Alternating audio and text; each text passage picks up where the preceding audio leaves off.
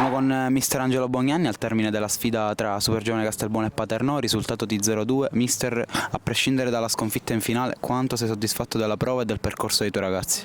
Sono molto soddisfatto, sono orgoglioso dei ragazzi. Oggi abbiamo giocato una finale di Coppa Italia d'Eccellenza. Io voglio ricordare che siamo la neopromossa, il primo anno in eccellenza. In 33 anni di storia della Coppa Italia d'Eccellenza solo una palermitana è arrivata in finale, il Bagheria, e noi siamo la seconda, quindi i meriti vanno alla squadra che sta facendo davvero una buona stagione. In campionato stiamo facendo qualcosa di strepitoso e continueremo a farlo. Purtroppo oggi è andata male, il calcio è questo, tutti gli episodi sono girati tutti contro. Io non parlo mai degli arbitri, ma chi ha visto la partita c'è anche registrata su internet, può vedere tutti i falli, gli episodi dubbi sono stati contro di noi. C'è stata questa espulsione di Belecco per doppia ammonizione quando i loro giocatori facevano gli stessi falli e non erano ammoniti. Poi abbiamo giocato il primo tempo bene, abbiamo subito gol al 42esimo su calcio d'angolo, l'unica occasione che hanno avuto loro. Il secondo tempo dopo un minuto ci lascia in 9, fallo dubbio al centrocampo e mi espelle a Garofalo.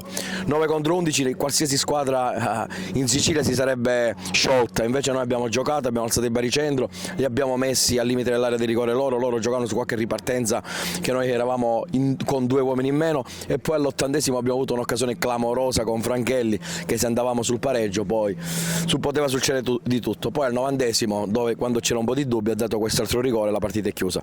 Ripartiamo da qui, sapevamo che sarebbe stato difficile, i ragazzi erano molto amareggiati e su questa amarezza noi costruiremo il nostro futuro, perché sono sicuro che faremo bene nel restante della parte della stagione.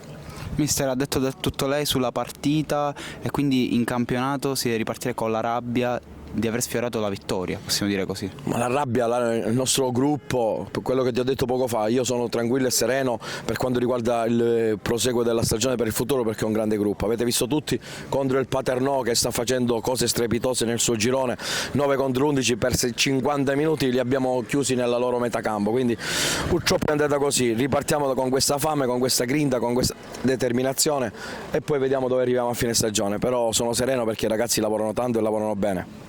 Grazie a mister Angelo Bognanni e buon rientro. Grazie a tutti voi e voglio ringraziare tantissimi tifosi della Supergiovane Castelbuono che in un mercoledì lavorativo si sono fatti trovare pronti e disponibili. La nostra amarezza anche a loro, perché non gli abbiamo potuto regalare questa coppa, però ce l'abbiamo messa tutta, purtroppo è andata così. Grazie.